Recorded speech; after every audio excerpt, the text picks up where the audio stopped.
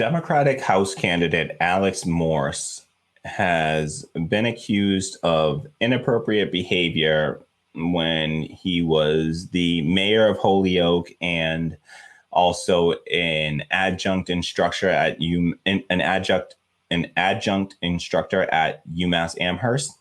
So I just wanted to dig into this a bit and talk about some of the details that have come out so far, and also just talk about my personal take on the situation. So let's get into it. I'm going to start with the CNN article and titled Democratic House candidate in Massachusetts apologizes after being accused of inappropriate behavior. So this is Alex Morse. He's a Justice Democrats back candidate. And he's now being accused, and he's running against Representative Neal, who is your typical just establishment Democrat. He chairs the House Ways and Means Committee, so he has a really powerful committee position in Congress. And here's yet another example of a Justice Democrat back candidate running against an establishment figure who has recently had some allegations come out against them. So I'm trying not to taint this too much. And so I will try to just give you the facts, and then I'll give you my opinion after the fact. So a Democratic candidate for U.S. House in Massachusetts has apologized after 3 college groups accused him of using his position of power to pursue romantic or sexual relationships with his students. Alex Morse, a 4-term mayor of Holyoke at 31 years old, is running against Representative Neal, the Democratic incumbent and chair of the House Ways and Means Committee, in a September 1st primary. Morse's campaign has the collective support of leading progressive groups, including Justice Democrats, the Working Families Party, Indivisible and Sunrise Movement, Andrew Yang, the former Democratic presidential primary candidate, and Jamal Bowman, who ousted another powerful incumbent, New York Representative Eliot Engel, in the June primary, have also endorsed Morse. In an email to Morse on Thursday, representatives for the College Democrats of Massachusetts, we'll get into them a little bit more soon. So representatives for the College Democrats of Massachusetts, UMass Amherst Democrats, and Amherst College Democrats wrote that Morse was no longer welcome at their events following numerous incidents over the course of several years in which they alleged the candidate used their events and took advantage of his status as an elected official and lecturer at UMass Amherst to meet college-age students and then proceed to contact individuals via social media, which they said made young college students uncomfortable. They said, "We have heard countless stories of Morse adding students to his close friends story." I would really like them to check on that word countless. Are they literally countless? You truly can't count, or could you count? Or are they just many of them? And then in which case, let's not be hyperbolic, please. So they've not shown any evidence of countless stories. So it's just really hard when they use hyperbolic language like this. So we have heard countless stories of Morse adding students to his close friend story and direct messaging members of college Democrats on Instagram in a way that makes these students feel pressure to respond due to his status, they wrote. Even if these scenarios are mutually consensual, the pattern of Morse using his platform and taking advantage of his position of power for romantic or sexual gain, specifically toward young students, is unacceptable. So the exchange between the groups and Morse was first reported by the Massachusetts Daily Collegian. In an email sent to the groups responding to the allegations, Morse said he wanted to sincerely apologize to anyone I have made feel uncomfortable and offered to meet with any person or group to discuss their concerns. I want to be clear that every relationship I've had has been consensual. However, I also recognize that I have to be cognizant of my position of power, Morse wrote. Growing up gay and closeted in a small city like Holyoke, I struggled with accepting my sexuality, and in high school, I had a hard time finding other openly gay students, Morse said. As I've become more comfortable with myself and my sexuality, like any young, single, openly gay man, I have had consensual adult relationships, including some with college students. He continued, navigating life as both a young gay man and an elected official can be difficult, but that doesn't excuse poor judgment. Morse did not respond to a request for further comment. Spokesman for Justice Democrats, an early Morse backer in the Working Families Party, which endorsed him this week, did not respond to requests did not respond to requests for comment on the allegations. The college Democratic group said in their letter that they will be completely disaffiliating from Morse. In a statement Saturday, UMass Amherst called the allegation against Morse serious and deeply concerning. The school also said it planned to launch an immediate review of the matter to determine whether the alleged actions during his time as a university lecturer were in violation of university policy or federal Title IX law. Morse, the statement said, had last lectured in the fall semester of 2019 and that he was not currently a UMass employee and that the university has no plans to rehire him. Morse's profile remains on the school website as of Saturday afternoon. Let me just give a little bit more context from a WBUR article. This is more of like a local outlet. And they said, according to the report, the letter says, according to the report, the letter says Morse 31, and this is referring to the letter that these college groups sent. According to the report, the letter says Morse 31 has had relationships with college students, including during his current Democratic primary campaign against U.S. Representative Richard Neal of Springfield. Morse taught at UMass Amherst 8 times as an adjunct instructor between the fall of 2014 and the fall of 2019, which would, if he's 31 now, 2014, he's 25 until he's about 30 years old in 2019. So this is, allegedly between when he was 25 and 29. According to a statement from the school, he taught a course titled Urban Government and Politics. The university has reached out to students to provide them resources and support, the school statement said. UMass was previously unaware of the concerns brought forward by the members of the college Democrats.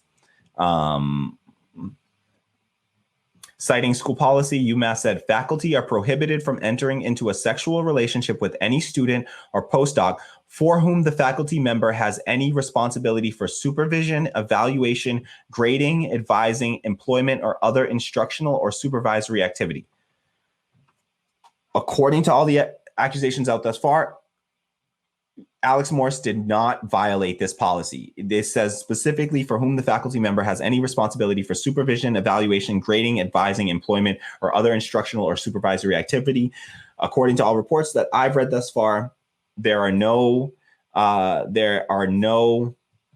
accusations by any students that actually were taught by Morse. So these are all students just went to the school, but they weren't being taught by Morse. So he had no direct power over them, seemingly. And according to this, policy, the school policy, it appears he did not violate this school policy. So the report in the Collegian did not say whether Morse is accused of having a relationship with a student taking his course. So this is just something that has not been addressed yet. Now, Morse, I believe Ryan Grim came out and said Morse has not directly addressed that either, but nobody has alleged that so far. And so I don't know exactly if that would be something that Morse would come out and speak on, but he probably should speak on that and make that clear. Hey, were any of these kids, people, not kids, were any of these, because they were adults, were any of these people your students? Because that is important. And there was a direct power dynamic at play there that really should be concerning. That would be an issue. And I would take issue with that. In his statement to the Collegian, Morse acknowledged having some relationships with college students.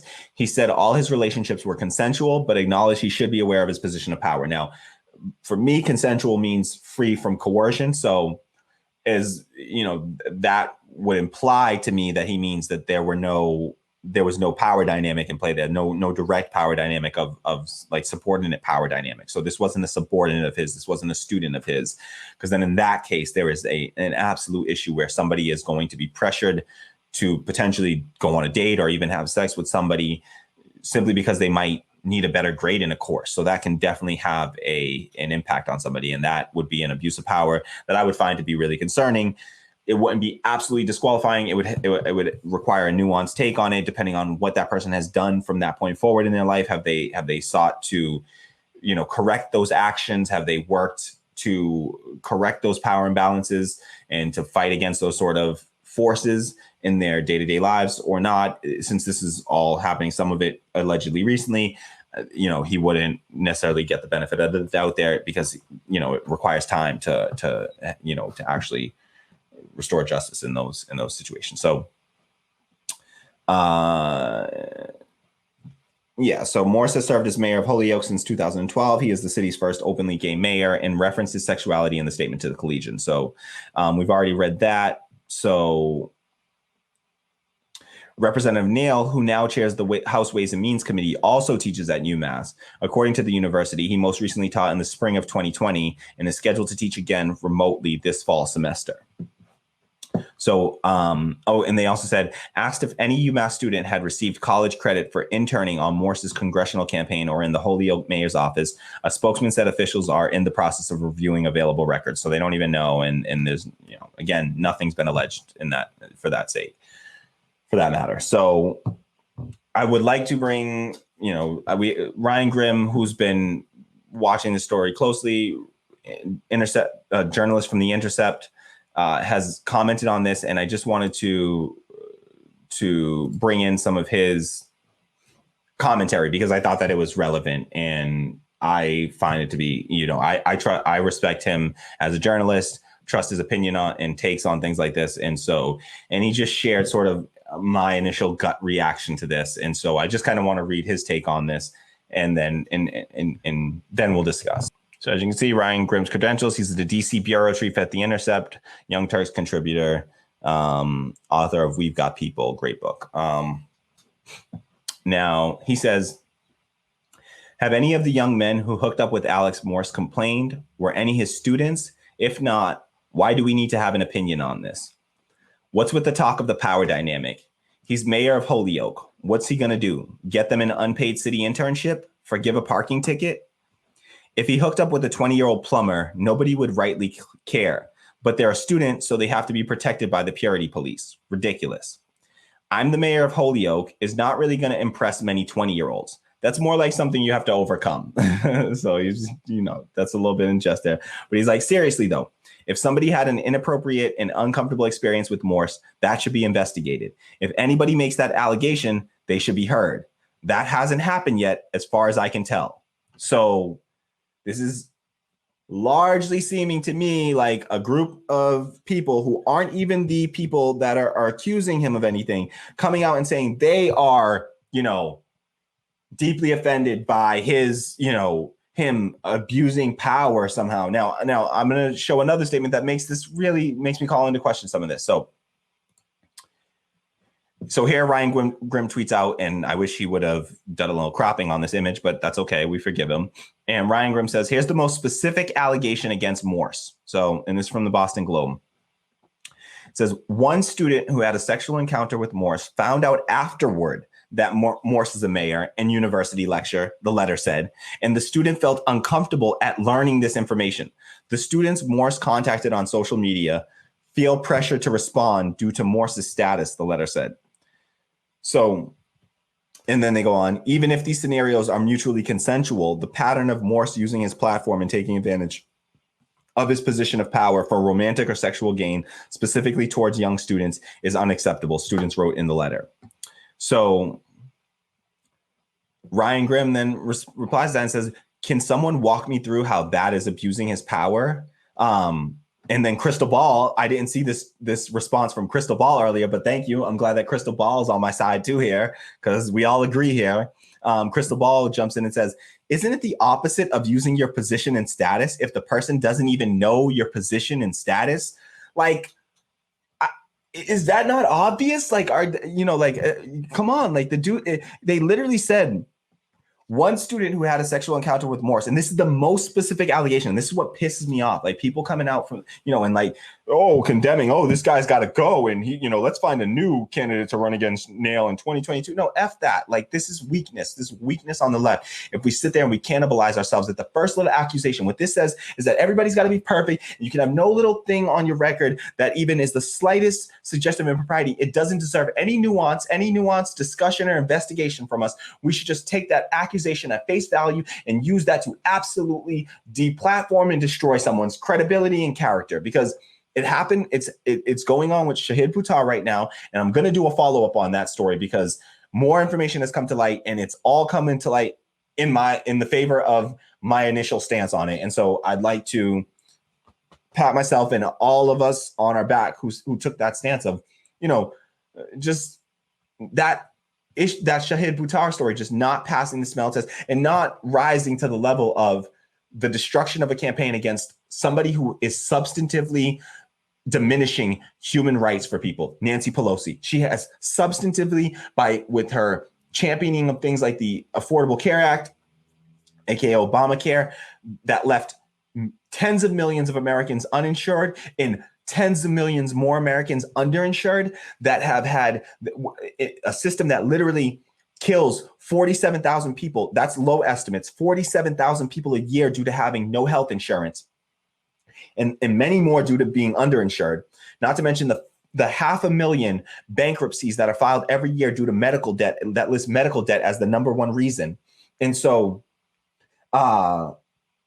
yeah, like, you know, we have to recognize this stuff and see, you know, I can't wait to do the follow-up on the Shahid Buttar story, because, and I should have had it ready. It doesn't quite apply here, honestly, but it really is. Michael Brooks has had a talk that he gave. You know, he passed away, unfortunately. Rest in power, Michael Brooks.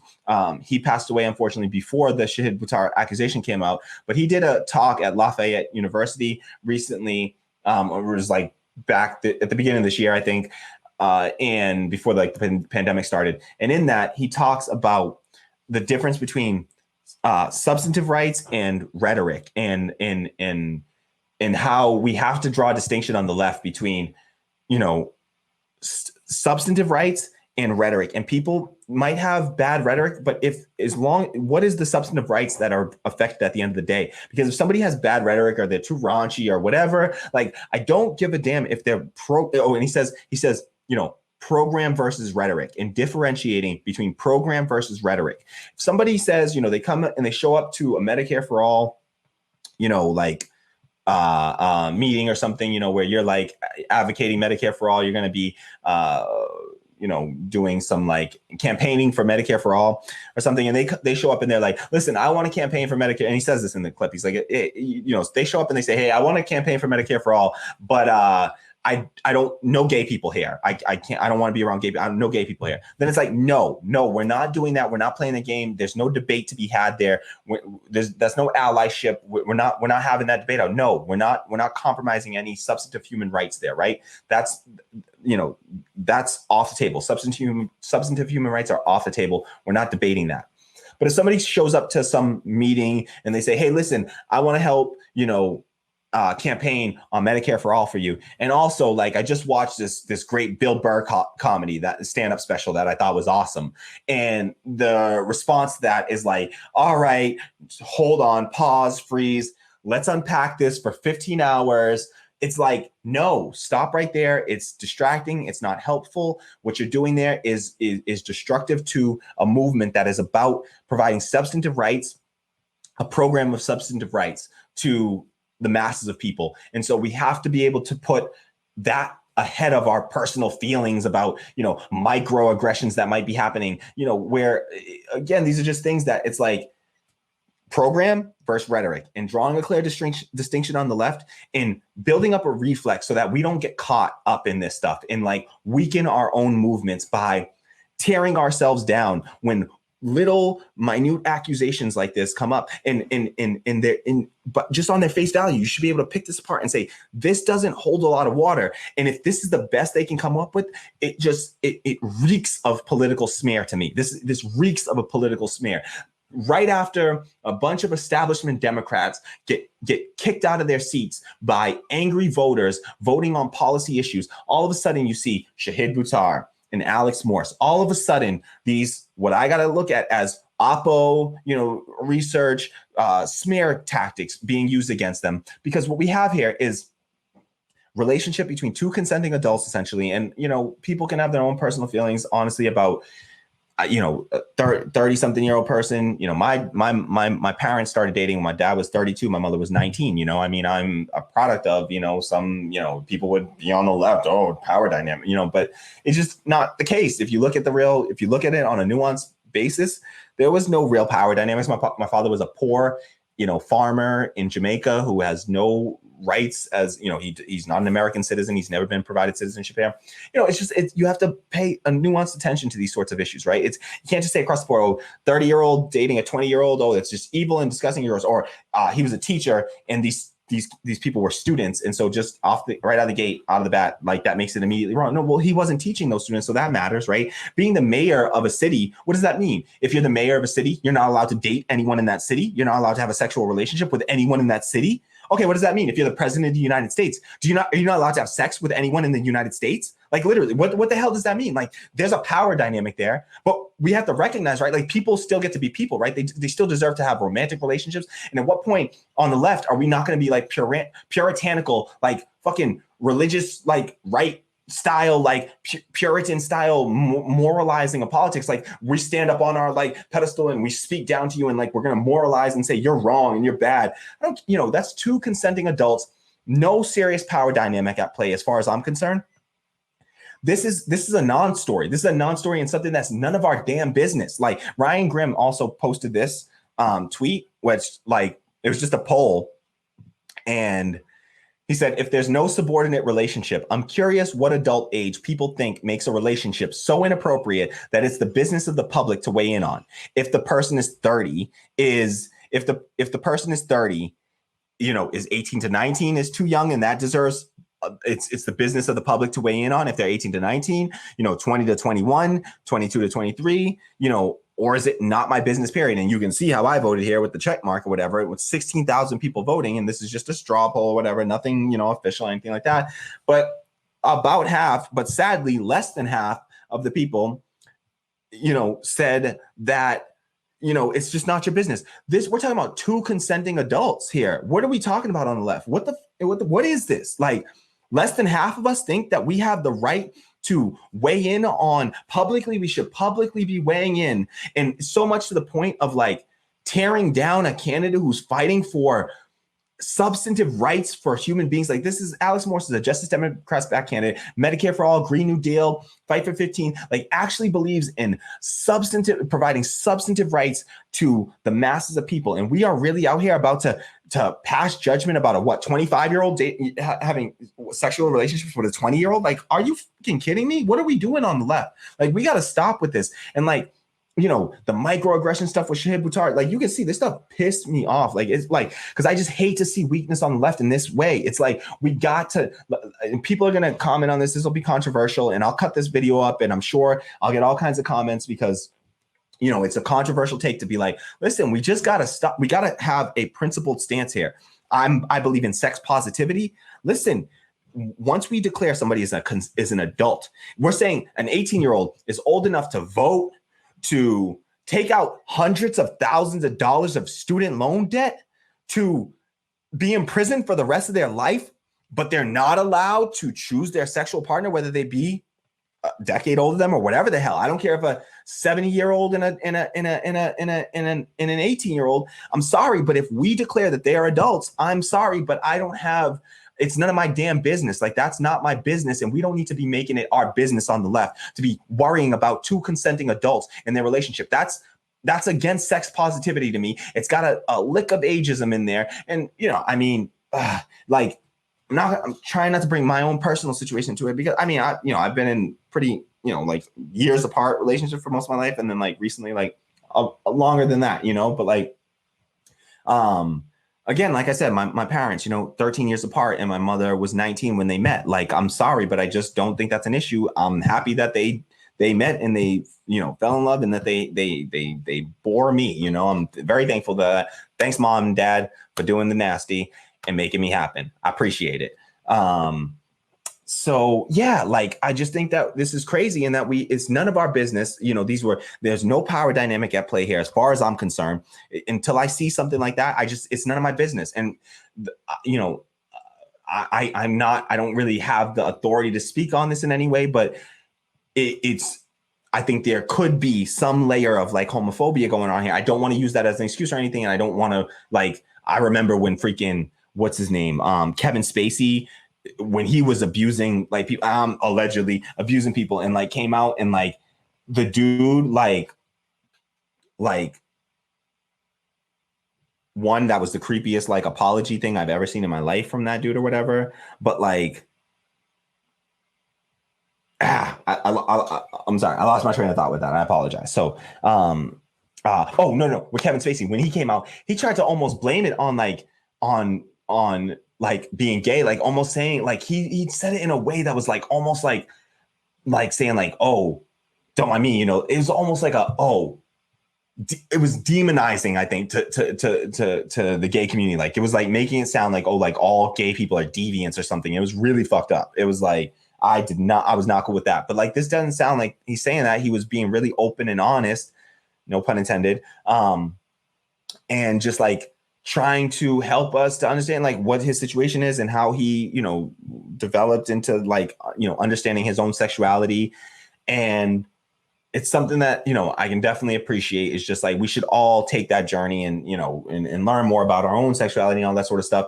And also it's just like, listen, these are two consenting adults, no power dynamic. I personally, as a 33-year-old would not be dating anyone under the age of 21. I think that's like, it's too young for me personally. I'm not going to be doing it, you won't find me doing it. It just seems really, you meet a 18, but like 20 is like right on the border there too. Cause it's like 21, it's like, were they an older 20? How do they present themselves? I know some people that at 20 are, more mature at 20 and truly are than some people are at age 30, and like just on really the mannerisms and stuff. And so I'm going to get to some of the comments because I see a bunch flowing in. And so I want to get to those comments. I just want to pull up two more quick things just to point out two more things before I dig into the comments, because I want to make sure that I get these up before this stream just cuts me out. We only got 15 minutes left on this stream, by the way, folks, and then they're just going to cut me off at 4 hours, sadly. I have to pay. It costs, this version of the StreamYard software that I'm using right now is $25 a month. Right now, my Patreon subscriptions are only $20 a month. So the Patreon subscriptions don't even yet cover the StreamYard subscription right now. But to get the better version that will let me stream for 8 hours, it costs $50 a month. So like, this is why I need Patreon donations. Sorry to cut this in the middle of a thing like that, but patreon.com/radical democracy, please contribute whatever you can, because it literally will help us to provide a better experience to folks. So if you can, please do me that favor and contribute to the Patreon. So sorry for cutting that in the middle of a serious story like that. But let me just jump over. I just wanted to provide two more quick notes, or just one more quick note on this. And this was from Alex Marash. Really two things that just a follow up to this, but breaking. The attacks on Alex Morse by various chapters of the College Dems of Massachusetts need to be viewed under new scrutiny now that the FEC reporting reveals that they have donated to Richard Neal's campaign as recently as March of this year. So that's the College Dems of Massachusetts, the group that wrote the letter, the scathing letter about him. They say that they donated to Richard Neal's campaign. Now, there's a follow-up to that actually corrects this story. So that's not exactly what happened, but you'll see there's still something that deserves scrutiny about this transaction. So you'll see here this is probably on Open Secrets, I believe, just by the look of the page here. You can see Richard Neal for Congress committee, amount $1,000. And it's on March 12th, 2020. So this was Richard Neal, the Alex Morse's opponent and the incumbent, was donating to this group, who then came out with a scathing letter about and I'm sorry, I sort of just told you what the correction was, but it appears that they were contributing to him, to his campaign, but you'll see, in fact, it was the other way around. So just a follow up to the story. So update via Alex Thompson. So Alex Thompson says, a spokesperson for the College Democrats of Massachusetts sent me this statement relating to this. So they said, College Democrats of Massachusetts has previously accepted donations from candidates and from members of the Massachusetts congressional delegation, including Representative Neal. These donations fund our conventions and our scholarship fund, among other things. A check written out to College Democrats of Massachusetts was refunded to the Neal campaign in April because of an accounting error. As FEC records indicate, the check we returned to the Neal campaign was a refund, not a donation. The letter sent to Alex Morse was not influenced by any contributions that College Democrats of Massachusetts has received in the past. Our letter was written at the request of those affected by Morse's behavior. And then to which Alex Morash followed up on and just said, also, I misread disbursements and receipts in a recent tweet. So Neal's campaign gave 2 $1,000 donations to the college Dems, and they returned 1,000. All their donations were from candidates, and no one but Neal gave more than $500 to the college Dems of Massachusetts. I think Alex Morash had one other follow up on this. Nope, I don't have it there. So I don't have the other one there, but yeah. So there was also a note made that just said from Alex Morash where he says that, if this is true, this makes Representative Richard Neal the largest donor to the College Democrats of Massachusetts. And so just take this with, you got to take this all into account here. You got the incumbent challenger to the person that they're writing this scathing letter about, and they don't feel like it's an appropriate disclosure of the conflict of interest. They didn't feel the need to disclose a potential conflict of interest in him, the person whose opponent they're attacking, essentially being their largest donor to their organization.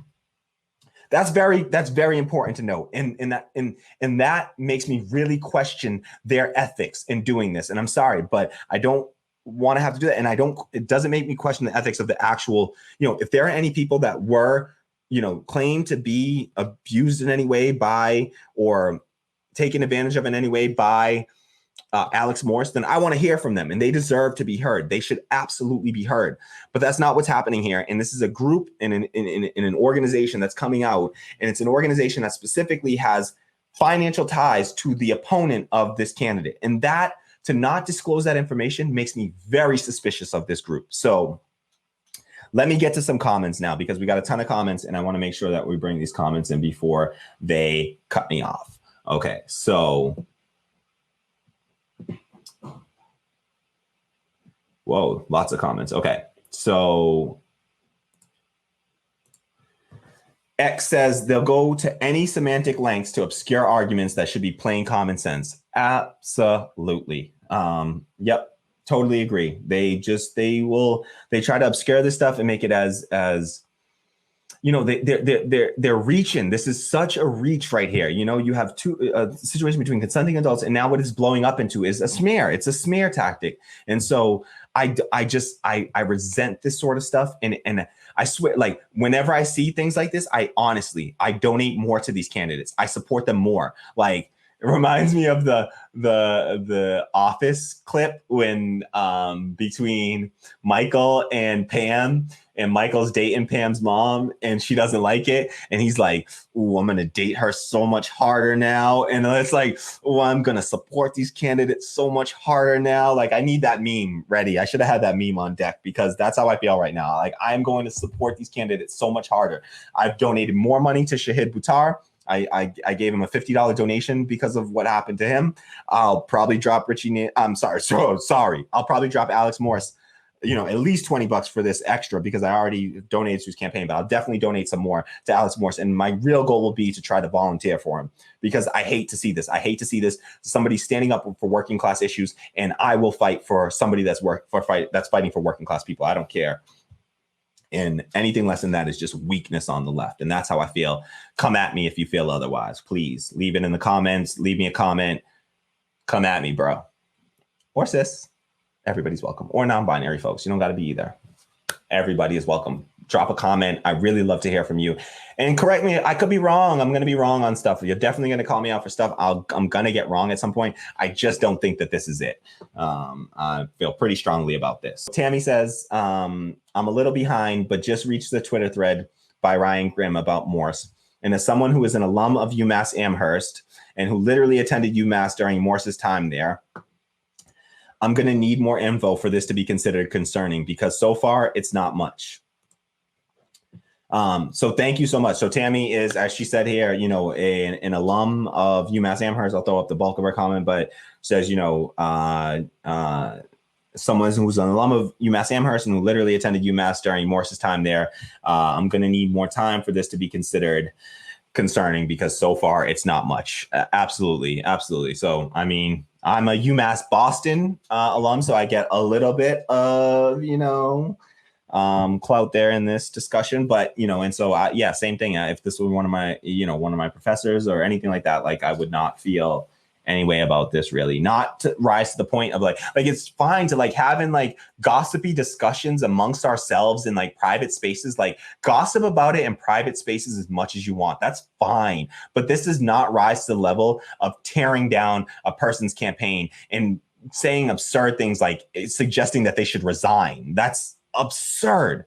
Tammy says the power dynamic between Morse and UMass students aren't substantial nor direct enough to even count, I feel like. Yeah, I agree. It's just like if you're not teaching them, especially when you're talking about an adjunct instructor, these people aren't like, they don't hold a lot of power in universities. You don't hold power in a university as an adjunct instructor. Look it up. They get paid nothing. They get treated like nothing. They get just garbage work hours. They don't have any power in the system. They don't have institutional power behind them. In fact, they're just another working class stiff that can get shoved out of the institution at any moment. So, look up adjunct professors and the problem with that right now. And there's a whole, the real power dynamic is from the institution to the adjunct professors right now. So I totally agree with that.